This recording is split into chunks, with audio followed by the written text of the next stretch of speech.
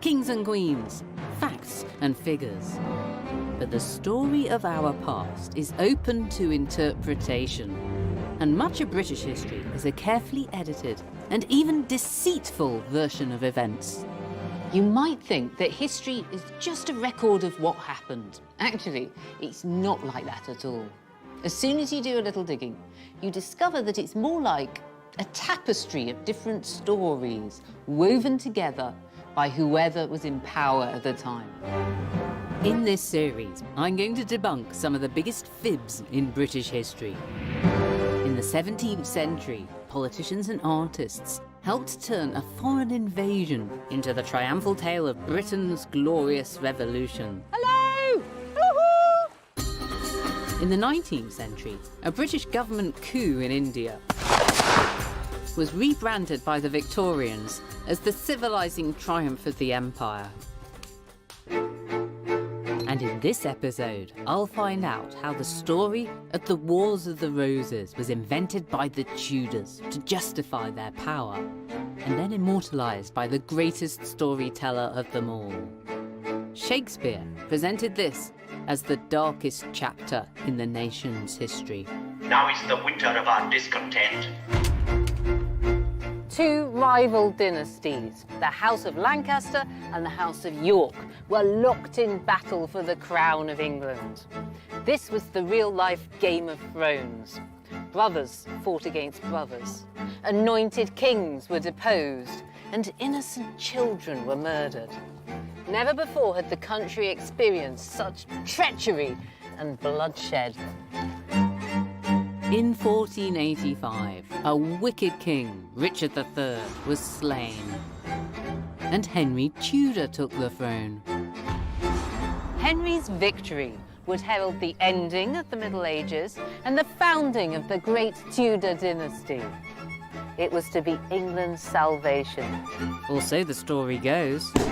With history, the line between fact and fiction often gets blurred.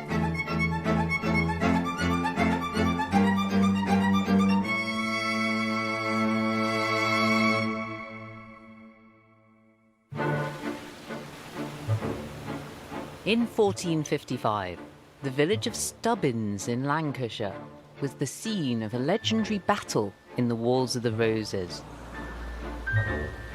The fighting began with volleys of arrows, but then, to their horror, both sides realised that they'd run out of ammunition. In desperation, the Lancastrians grabbed some makeshift weapons they happened to have a supply of their local delicacy, black puddings from Bury. And with these, they pelted the Yorkists. But as luck would have it, the Yorkists had their own supply of missiles, Yorkshire puddings, with which they bombarded the Lancastrians.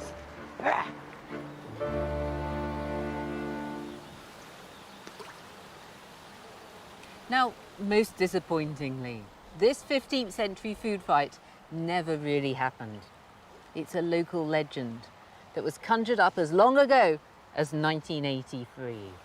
But what the Battle of Stubbins Bridge does tell us is that although the dates and the details might be hazy, the Wars of the Roses are still alive and well in what you might call our national memory. What you think you know about the Wars of the Roses, though, and what really happened are two quite different things. According to the history books, the Wars of the Roses is the story of the fatal rivalry between the House of Lancaster and the House of York, between the Red Rose and the White. But the saga of a country divided by 30 years of bloody wars and deadly hate was largely invented by the Tudors, then spun into the dynasty's foundation myth by the greatest storyteller of all, William Shakespeare.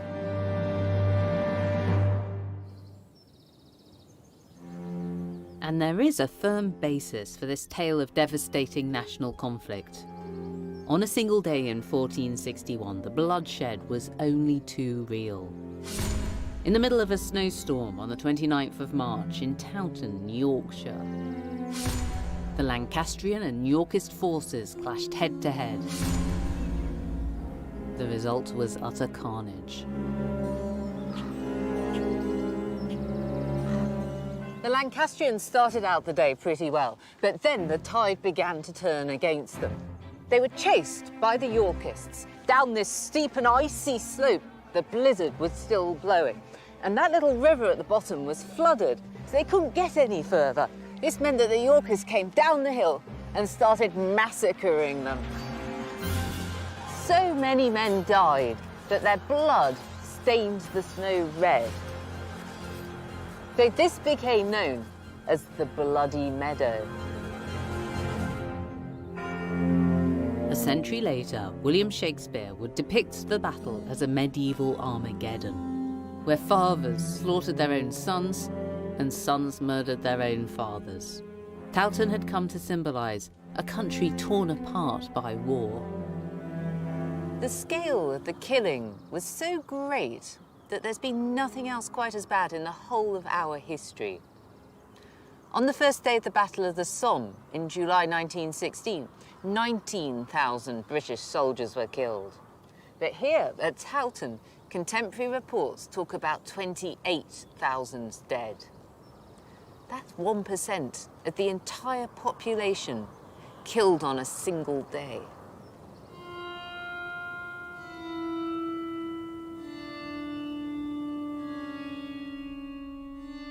"20 years ago, Bradford University's archaeology department revealed the true barbarity of the fighting when they uncovered the remains of 43 men killed at Towton. George, we've got 5 skulls of people here on the table. How was this gentleman finished off here? It's kind of square. That is with a horseman's hammer.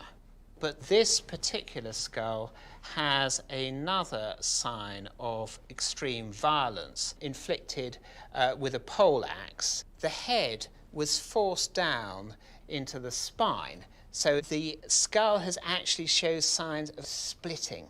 This sort of desecration of the body, that's actually robbing them of life in the next life. You're disfiguring them and they can't be resurrected. This battle is truly horrendously brutal. But is it the norm for the Wars of the Roses? No, it was exceptional. Certainly in the enormous number of people who fought and died at Towton. I think people might have the impression that they were just fighting for decade after decade after decade. But within this period, how many battles actually were there? Well, there were skirmishes, but in terms of real battles, around about 8. The feud between the houses of Lancaster and York did fester for 3 decades. But the idea that this was a period utterly ravaged by all-out war, well, that's just historical fiction. Yes, Towton was a truly brutal battle, but it was also unique. The other battles in the Wars of the Roses had much lower death tolls. And the idea that the country was totally consumed by war is wrong. Some historians argue that out of the 32 years of the Wars of the Roses, the fighting only lasted for a total of 13 weeks. That would mean that there were months, years, even a whole decade when England was at peace. The reason we talk of this era as the Wars of the Roses isn't an accident. It's the story told by the winning side, the history the Tudors wanted us to remember. It began with their account of the battle that brought the war to an end, the Battle of Bosworth. The Lancastrian Henry Tudor emerged as a victorious hero who'd ended 30 years of bloodshed. He'd saved the nation from a villainous tyrant, the Yorkist King Richard III. The Tudors made sure Bosworth would be remembered as the ultimate clash between the forces of good and evil. Helped along by William Shakespeare, who relished their juicy tale, the battle has been so mythologized that it's hard to sort fact from fiction. Historians used to think that the Battle of Bosworth took place about 2 miles away, over there, up on top of the hill. But over the last 10 years, all sorts of interesting finds have been emerging from the fields immediately here. That's things like parts of 15th century swords and badges and about 40 of these fantastically deadly-looking cannonballs. The battle must have taken place here. Now, despite this confusion about its location, a myth, a legend has grown up about exactly what happened that day. It's one of our great national stories, and it goes something like this. King Richard III goes into battle wearing a crown, symbol of what's at stake that day. Richard declares, "This day I will die as king, or I will win." And even his enemies admit that he fights courageously. Richard gets within a sword's length of Henry Tudor, but the enemy forces overwhelm him. In desperation, he cries out, my horse, my kingdom for a horse." And then he's killed with a blow to the head, and he loses his crown.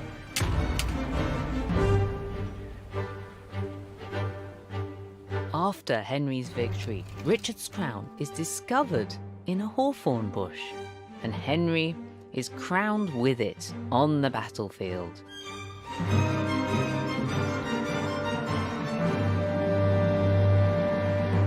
Now, how much of this really happened? It's impossible to say. But the reason that this is the story we know is because it's the one Henry wanted us to remember. Henry wanted to make everyone aware of his decisive victory on the battlefield, but that was the easy part. In a nation divided, Henry's enemies still believed that he was a usurper who'd stolen the crown from the anointed King Richard III. Henry needed to legitimise his new reign, so when his first parliament met a few months after Bosworth, he made sure that it was his version of events that was recorded. One telling detail that Henry had written into the records of Parliament was that his reign had begun on the 21st of August, 1485. Now, this is a bit odd, because the Battle of Bosworth wasn't until the 22nd of August, 1485. Was this a slip of the quill? No, it was deliberate. Henry was claiming that he'd already been king, even before the battle. So he wasn't a usurper stealing the crown. He was just taking what was rightfully his. He cunningly realized that his success didn't just lie in victory on the battlefield, it also lay in the way that the history of the Wars of the Roses would be written. Henry's next move was equally cunning. On the 18th of January, 1486, Henry VII married Elizabeth of York, daughter of Edward IV. Henry would present his match as the start of a glorious new chapter in the nation's history. Henry realized that picking the right wife was important, but that telling the right story about the marriage was even more so. The story that he wanted to tell was that this was one of the most important marriages in history. Here he was, a Lancastrian, marrying Elizabeth, a Yorkist. They were going to heal the nation. They'd once been bitter rivals, but now they were loving bedfellows. But his cunning storytelling had another advantage too. It glossed over the very inconvenient fact that an awful lot of people thought that he had no right to the throne at all.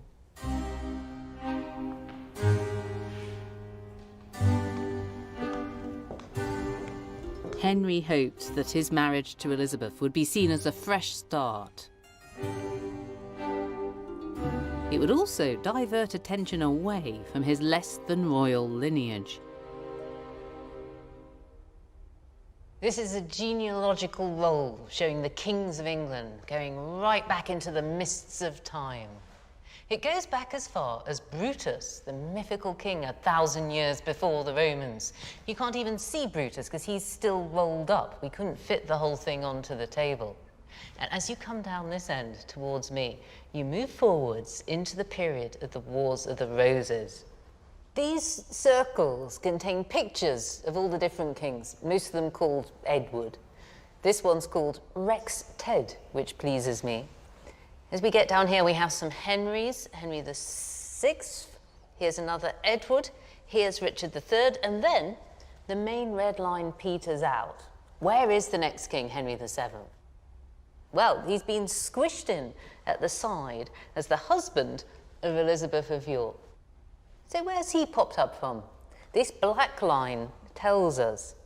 It goes back to Henry's grandmother, Catherine, who was a proper Queen of England, but her second husband, Henry's grandfather, was this chap, Owen Tudor, a servitor in camera. That means a chamber servant, or in other words, a bit of rough.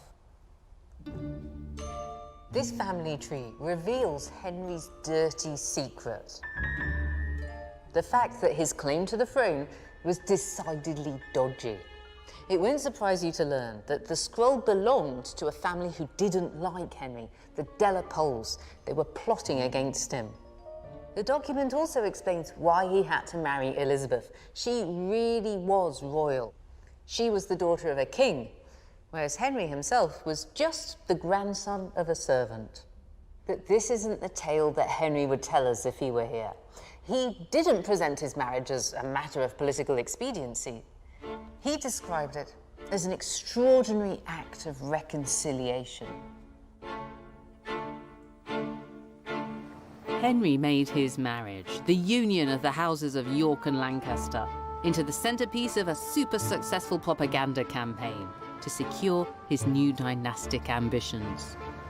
This really beautiful book is a medieval anthology of poetry, prose, and advice for educating a prince.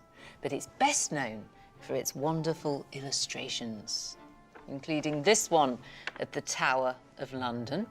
This particular picture has a coat of arms, and these two creatures are very curly-haired lions. They're black now because they've tarnished, but they were once silver, and they were the silver lions of King Edward IV. They show that this book was once in his library.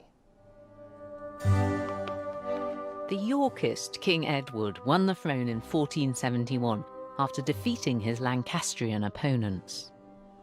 This time in the border, we have got red and white roses representing the House of Lancaster and the House of York and their rivalry in progress at the time, the Wars of the Roses. The odd thing, though, about this illustration is that during the actual time of the Wars of the Roses, when this manuscript was first produced, the red rose had nothing at all to do with the House of Lancaster. The border was changed. It was added in at a later date by Henry VII himself. He was the one who adopted the red rose as the House of Lancaster's symbol. And now, look at this. Adopting the red rose for Lancaster was only the first stage of Henry's iconographical plan, because now he could combine it with the white rose of his wife, Elizabeth of York, to create the multicoloured Tudor rose. Normally, the inner petals are white and the outer petals are red. This one happens to be quartered, but you get the general idea. It's red and white together. And so this new Tudor rose became the symbol of the new Tudor dynasty. And it was such a powerful symbol that it allowed Henry VII to completely revise history. The rose became Henry VII's logo, shorthand for the story of how he'd heroically united a divided nation. Over time, he made it the universally recognised symbol of Tudor might. Across the country, from books to buildings, Tudor roses started to bloom. In Cambridge, Henry made King's College Chapel into the backdrop for one of the most overwhelming displays of Tudor propaganda. Anna, this chapel was begun by Henry VI, but he didn't finish it, did he? Well, the chapel had been being built for quite some time, but then the Wars of the Roses happened, resources got diverted, and so when Henry VII became king, it was unfinished. It looked nothing like this, none of this beautiful vaulted ceiling. It was makeshift, it had a sort of timber ceiling, and it was very much a sort of work in progress, and really was much more of a sort of blight on the landscape than anything that made a great statement of power. But in 1508, Henry VII gave the chapel a much-needed cash injection. Now this is a bit different, isn't it? Henry died the following year, but his financial backing ensured that the chapel was completed and decorated according to his Tudor vision. It's fantastic. I mean, it's the story, really, of Henry VII's journey to the throne. It's his claim to the throne. We have the greyhound, which is the symbol of Margaret Beaufort, his mother. We have the dragon, highlighting Henry's Welsh descent. And we have, of course, Tudor roses everywhere. They look like they're on steroids. What kind of chemicals have they been treated with to make them so juicy and enormous? They look like cabbages. It's Tudor chemicals, isn't it? It's the sort of vitality, the virility of the Tudors. And of course, above the Tudor rose, you see the crown. So again, it's underlying, these are now royal symbols. This is Henry saying, game over. Yeah. Now it's the Tudors all the way. And really, I would argue that it's almost like one of the first sort of ubiquitous brands that people across the country, you know, identify with. They know the Tudor brand, they know the Tudor rose.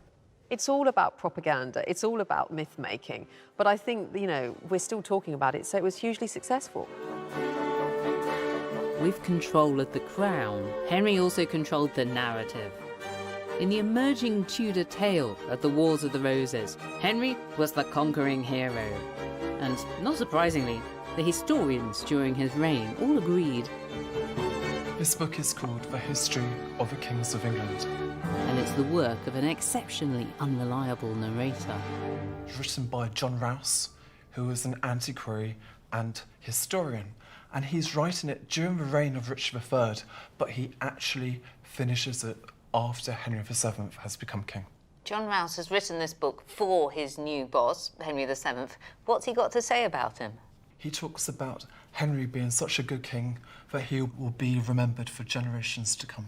Future executives for many centuries, he will be remembered. Rouse started writing this book when Richard III was still the boss.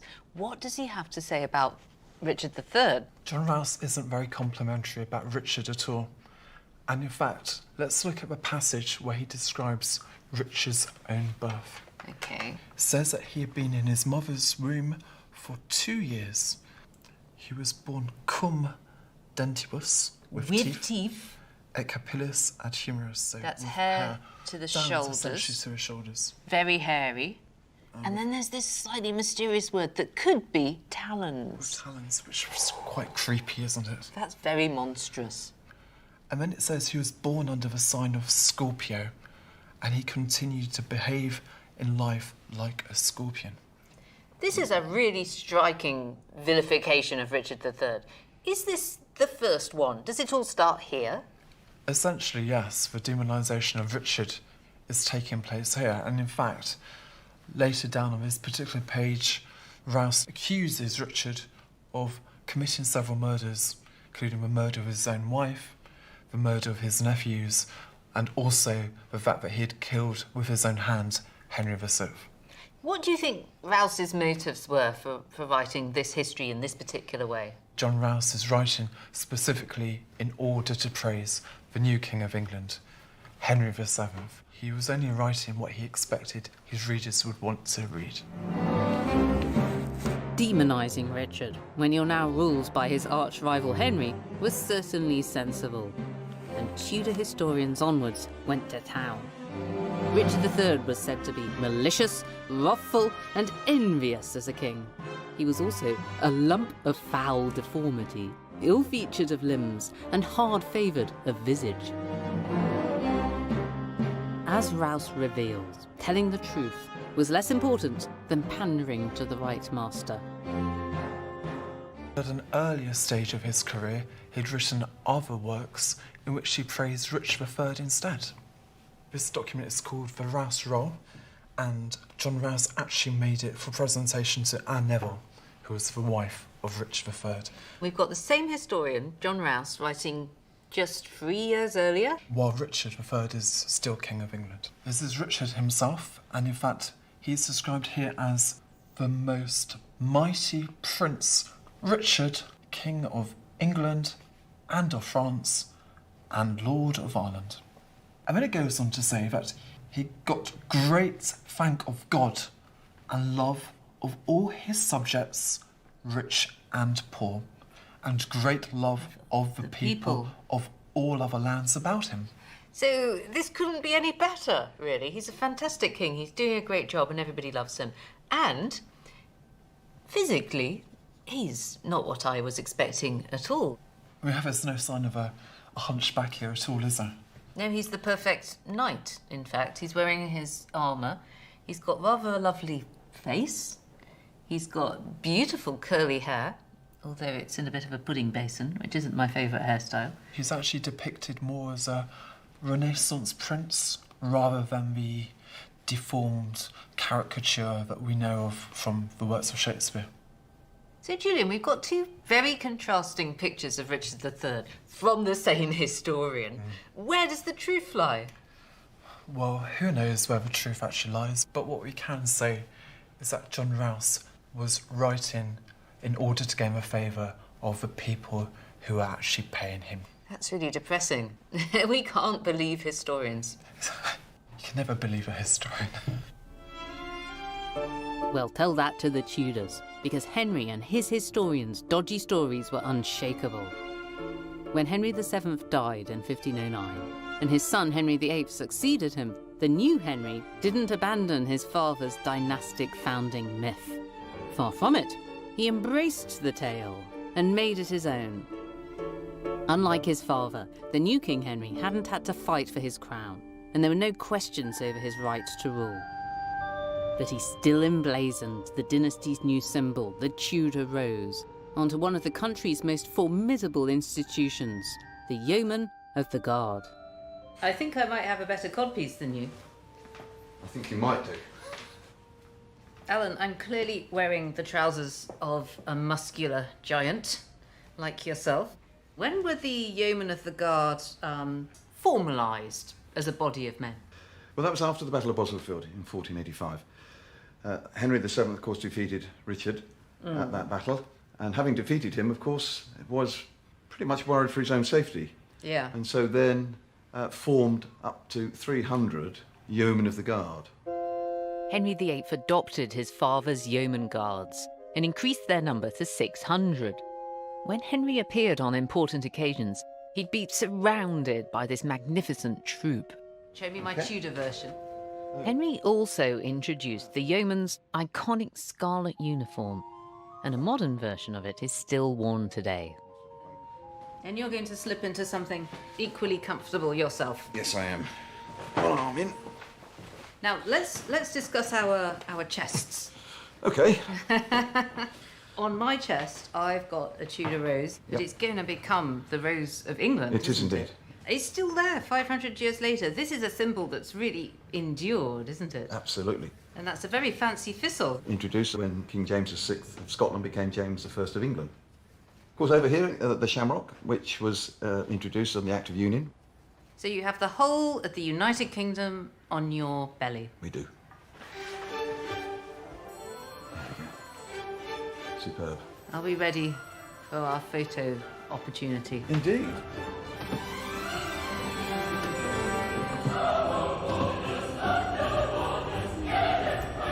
Under Henry VIII, the Tudor rose went from being the symbol of one royal marriage to an emblem for the whole nation. This Tudor rose has been an incredibly powerful and long-lasting symbol. You'll still find it today representing England on the Queen's coronation dress, on the Duchess of Cambridge's wedding dress, and you might even find it in your pocket because it's still on for 20p.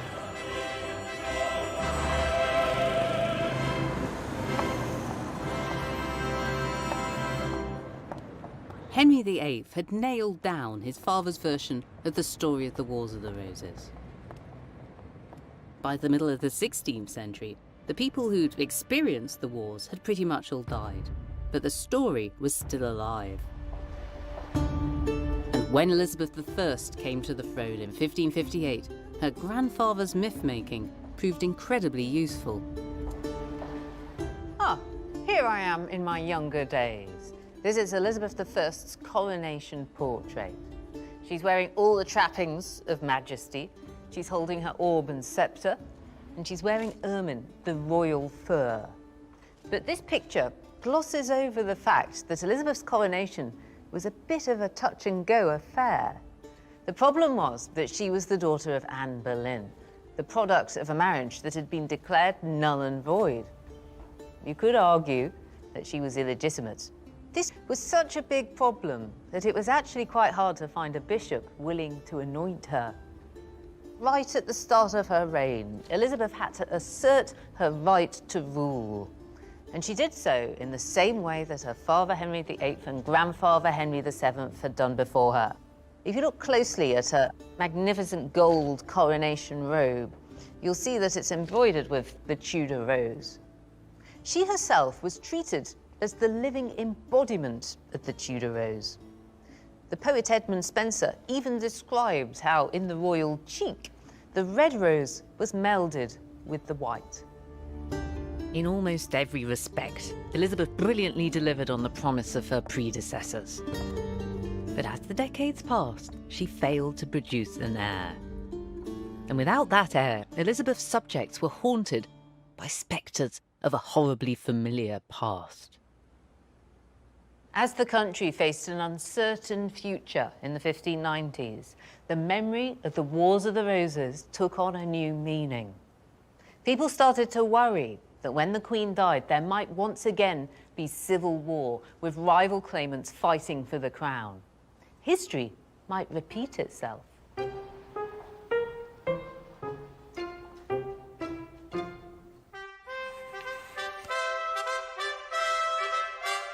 At the end of the 16th century, the history play transformed Tudor Fibs into compelling fiction. For the nation's greatest playwright, William Shakespeare, The Wars of the Roses had all the ingredients for drama. And with his Machiavellian plots and his murderous villain, he wrote the conflict's definitive script.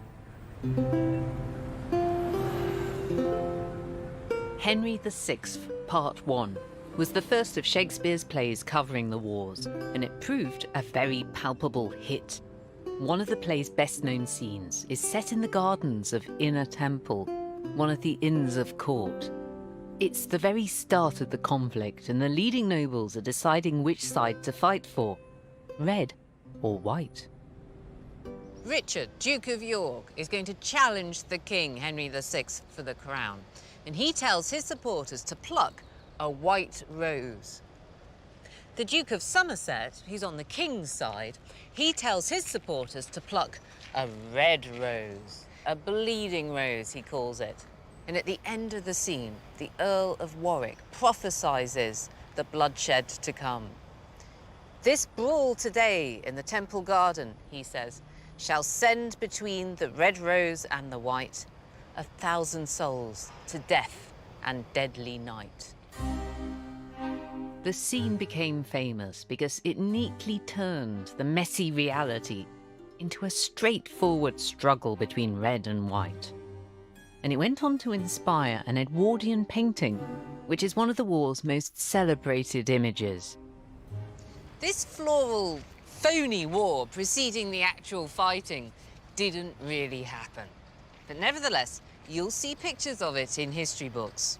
And that's because Shakespeare's fictional version of the Wars of the Roses is such a good story, it's so powerful, that it trumps the truth. From John Rouse's character assassination of Richard III onwards, Shakespeare found his history books packed with tales of the conflict. They were ripe for recycling. After Henry VI, Parts 1, 2, and 3, came one of his masterpieces, Richard III.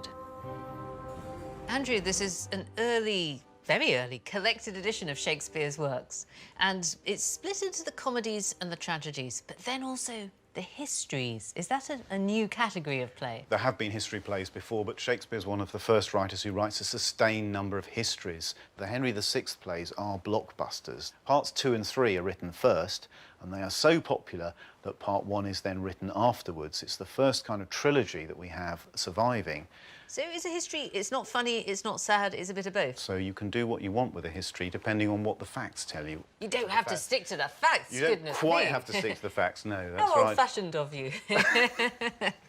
How does Shakespeare go about taking history and turning it into fiction? What's his method? Shakespeare's very much a magpie. He uses bits and pieces from history as he wants to. He uses chronicles like Holinshead, which is one of the most important of Tudor chronicles that shows the triumph of the Tudors. Sometimes you can catch him in the act of being inspired by these histories, can you? Oh, certainly. There's this passage which describes Richard III. He was small and little of stature. So was he of body greatly deformed, the one shoulder higher than the other. His face small, but his countenance was cruel. A man would judge it to savour and smell of malice, fraud and deceit. That's a killer line. I recognise this character. This is the evil Richard that we know and love. Exactly, and that's something that Shakespeare clearly expands. He's really not afraid to use history, to use the past, to make moral points, is he? Good, bad. Do it like this, don't do it like that. That's exactly right. History is told and retold because it tells you lessons, because you start to think about things that you might be able to do rather better than last time. A cautionary tale. For Elizabethan audiences, tales of the country torn apart by rival factions struck a powerful chord. Just 60 years earlier, Henry VIII's break with Rome had caused the country to divide along religious fault lines, Protestant and Catholic. So another civil war seemed an ever-present danger. Is this all happening because Elizabeth I is getting old? They're worried she's going to die. They're worried there's going to be another War of the Roses. That's exactly right. There's a great fear that there will be a religious war that will be even worse than the dynastic war of the Wars of the Roses. So this is water cooler conversation in the 1590s? I would have thought so, yes. Shakespeare redefined the Wars of the Roses, and he turned Richard III from a crude Tudor cliché into a truly captivating anti-hero. From David Garrick in the 18th century to Edmund Kean in the 19th, the biggest stars of the stage have made their names playing the part. Right from the start, audiences were fascinated by Shakespeare's character of Richard III. There's a story about the most famous Elizabethan actor, Richard Burbage. He was playing the part, and that night he got a message from a lady who'd been in the audience saying, "Come to my room, Mr. Burbage. I've taken a fancy to you." But she wanted him to come in character. She'd been seduced by Richard III's blend of cruelty and charisma, which has kept people interested ever since. Shakespeare followed the lead of Tudor historians by playing up Richard's apparently monstrous appearance. And the Royal Shakespeare Company's costume collection reveals how Richard's physical body has come to define our image of the man. Robin, how many different depictions of Richard III have you had here in Stratford? Well, since 1886, which was the first permanent theatre company in Stratford, there's been around 45 different productions. Wow. He's definitely one of the most popular, I think, yes. The first one I can show you is actually my favourite, and that's a 1984 production of Richard III, and it was actually played by Sir Anthony Sher. He played it as a spider. In the text, he's described as a bottled spider. He was wearing a very tight lycra bodysuit. It's a bit like those pyjamas that kids wear with Superman, you know, and they have built-in muscles. Have you exactly seen them? it. Yeah, exactly. This is one of 3 humps that were used in the production, and it's the one that he wore most of the time on stage. So it's, I guess you could say, his favourite hump. It smells bad. It does, yes. It's a very unattractive item altogether, isn't it? It was actually strapped on to Anthony Sher. Little buttons up the front. So he would have worn this very tight and close to his body. It's basically because of Shakespeare that I'm thinking that the smell of Anthony Sher's sweat is the smell of evil. So can we have a look at a contrasting Richard III? This is from a 1980 production of Richard III. Alan Howard, who played Richard III. Again, this is a different concentration on another disability. Critics actually compared it to a surgical boot Unlike Anthony Shearer, who was very nimble across the stage, Alan Howard, his interpretation was very, very slow, very heavy. You could see how much pain he was in throughout the production. What's going on with this arm here? Ah, yes, that's Richard's withered arm. Oh, it really is withering away. It looks like a zombie falling to pieces as he walks along. Yes. Is he always portrayed with a physical problem of some kind? Yes, I think they do all have some type of disability. Today, I think we kind of take that with us. So Shakespeare's idea of Richard III is kind of our idea of Richard III, really. For Shakespeare and his first audiences, Richard's hunch and his arm and his limp weren't just physical deformities. They believed in the science of physiognomy that suggested that your outward appearance reflected your inner self. So if Richard was deformed, he must have had an irredeemably evil soul. The tale of the princes in the tower reveals the enduring power of Shakespeare's depiction of the monstrous Richard. In 1483, Richard imprisoned his 2 young nephews in the Tower of London after the death of their father, King Edward IV. And there he had the tender babes murdered, this ruthless piece of butchery, giving him the crown that was rightfully theirs. In the 17th century, people were still gripped by tales of evil Richard. So well over 100 years after the disappearance of the unfortunate princes, their fate remained a fascinating mystery to be solved. And in 1619, the historian Sir George Buck heard that the bodies of the princes might still be in the tower. Buck wrote that certain bones, like the bones of a child, had been found in a remote and desolate turret of the tower. But on closer examination, these turned out to be the bones of an ape. It's quite a sad story. One of the apes from the tower menagerie wandered off. It somehow got itself into this turret, and there it died. A few decades later, one John Webb reported a more promising lead. A secret, sealed room had been discovered, built into one of the walls at the King's lodgings. That's a building that was here. It's gone now. And in the secret room, there was a table, and on the table, there were bones. This time, at least the bones were human, not animals. But the problem was that these were the remains of really little children, 6 or 8 years old, too young to have been the little princes. At last, in 1674, the 190-year-old mystery appeared to have been solved. Workmen excavating the foundations of a predecessor at this staircase discovered a wooden chest, and in it were more children, 2 of them. This time, it was decided that they really and truly were the little princes. The discovery of these remains only fueled an obsession with this legendary crime. And when the princes were at last laid to rest, the reigning monarch, Charles II, seized the opportunity to condemn wicked King Richard's terrible wrong. These bones from the tower were brought to a final resting place at Westminster Abbey, burial place of kings and queens since Edward the Confessor.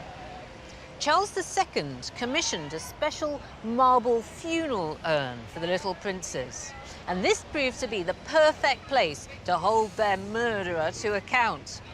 The inscription on it said that they'd been killed by their perfidious uncle, Richard the Usurper. So the Stuarts took the Tudor tale about Richard's crimes. They accepted it as fact, and they even set it in stone. When Queen Victoria came to the throne more than 3.5 centuries after the start of the Wars of the Roses, the conflict was little more than a distant memory. And the Victorian vision of medieval England was shaped by the best-selling novelist Sir Walter Scott, His rip-roaring tales of knights in shining armour were full of historical fantasy, but very short on historical fact. To 19th century romantics like Walter Scott, the Wars of the Roses represented the Middle Ages gone wrong. Scott wasn't very fond of the period. Out of more than 20 novels, he only set one in it, the rather obscure Anne of Geierstein. And he doesn't make it sound very nice. England is torn and bleeding. There are piles of slain bodies and quite a lot of drenching in blood. To Walter Scott, the Wars of the Roses had too much brutality and not enough chivalry to be a bestseller. But what Walter Scott did do for the Wars of the Roses was give it its name. Listen to this. He talks about the civil discords so dreadfully prosecuted in the Wars of the White and Red Roses. This is more than 300 years after the ending of the conflict, but this is the first time that anybody's called it that.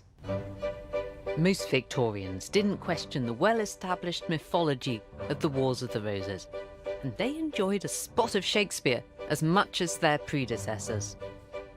But 19th century historians took a very dim view of the period. So, Helen, we're sitting in the middle of a Victorian vision of the Middle Ages, which they loved. But they didn't much like the 15th century, did they? They didn't. They were very interested in the Middle Ages as a whole, but they saw the 15th century as something dark, corrupted, an unhappy time. Who were these Victorian historians writing about the Wars of the Roses? The key figure is William Stubbs, Bishop William Stubbs. He was a hugely influential figure in the development of the discipline. It was while he was Regius Professor at Oxford that the first students began to be able to take history as a degree subject there. But he was also a clergyman. He ended his life as Bishop of Oxford. He could really turn a phrase, couldn't he, Mr. Stubbs? Yes, certainly. The 15th century, in Stubbs's view, goes something like this. The sun of the Plantagenets went down in clouds and thick darkness. The coming of the Tudors gave as yet no promise of light. It was as the morning spread upon the mountains, darkest before the dawn. It sounds like Victorian historians were quite happy to pass judgment on the past, black and white, good and bad. They're not only not afraid to judge the past, they saw it as part of their job. For historians like Stubbs, their Christianity was an intrinsic part of what it meant to be a historian. So they needed to look in the archives, they needed to find out the information. They were great scholars, but then they needed to stand back to assess what they'd found and stand in judgment on it. And their judgment had to take in the moral dimensions of their worldview. They were quite willing to say that certain actions, certain people, and certain periods were evil. I'm thinking that he's typical of a type of historian that we call Whig historians. That's a broad grouping, but what is this thing called Whig history? Really, when we talk about Whig history, we're talking about a view of history as progress, as a movement towards the best of all possible worlds, which is embodied in 19th century society, 19th century politics. So Victorians see an onward march of progress up to the Wars of the Roses, then it slips back, and then it's up and up and up again to the glorious perfection of Queen Victoria. Progress isn't always quite that straightforward. Obviously, there are lumps and bumps along the way, but the 15th century seemed a pretty dark age, when the country collapsed into civil war, and it seemed as though the forces of law and the enlightenment of constitutional progress were being overwhelmed by overmighty subjects and aristocratic faction. Although Bishop Stubbs and his colleagues weren't writing for the mass market, their judgment on the Wars of the Roses as a great leap backwards, as an interruption to the march of progress, has proved extremely influential.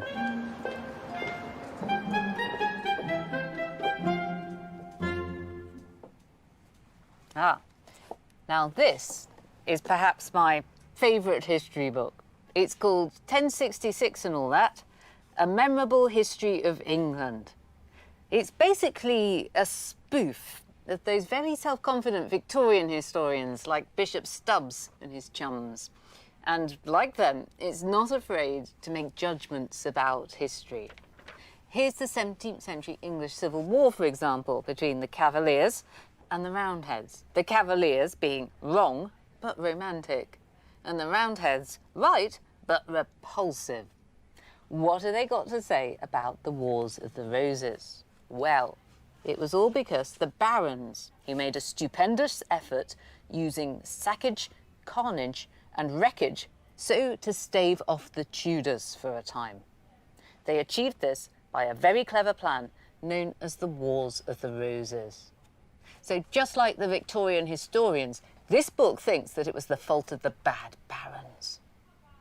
Clearly the whole thing's a joke, but minus the jokes and plus a few more dates, this was pretty much how generations of school kids were taught their history. But no account of the Wars of the Roses could ever hope to rival the remarkable staying power of Shakespeare's drama. In the 20th century, his Richard III made the leap from stage to screen. March on! Join bravely! Let us do it together! In 1955, Laurence Olivier both directed and starred in Richard III.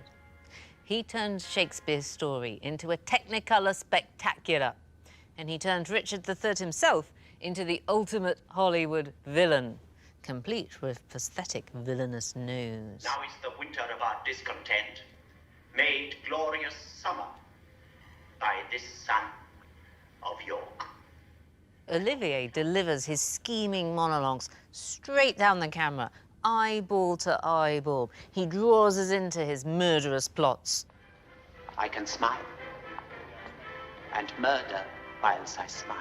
He's both monstrous and magnetic. And wet my cheeks with artificial tears and frame my face to all occasion. This was the definitive Richard III for the 20th century. Everybody else who played the part would be measured against Olivier.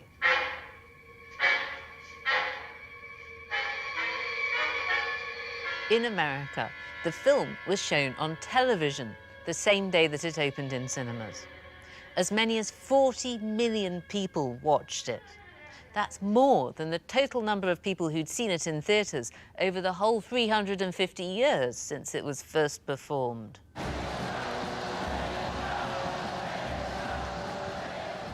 "40 years after Olivier, Ian McKellen played Richard III as the greatest tyrant of them all, Adolf Hitler.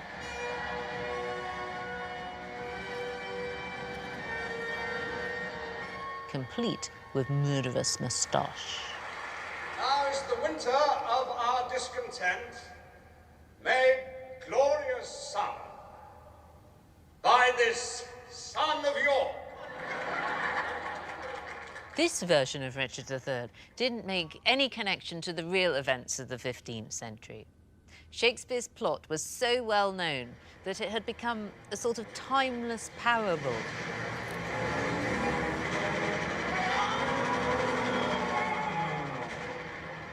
Richard III had become the biggest baddie in history, and the Wars of the Roses symbolised a nation's darkest hour.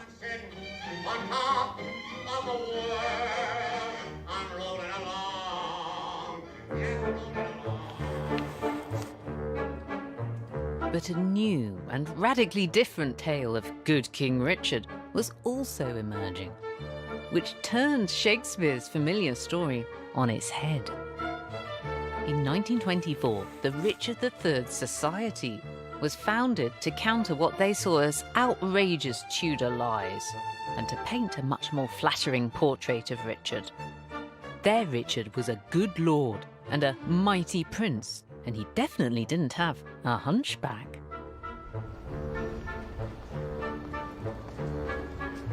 Centuries after Richard's death, his supporters, the Ricardians, were determined to clear his name. The culmination of Richard's rehabilitation came in 2012 with the extraordinary discovery of his body here in this car park in Leicester. After centuries of conjecture and half-truths and even downright lies, here was some hard evidence for the real Richard. Just 5 feet under the tarmac, archaeologists made the remarkable find.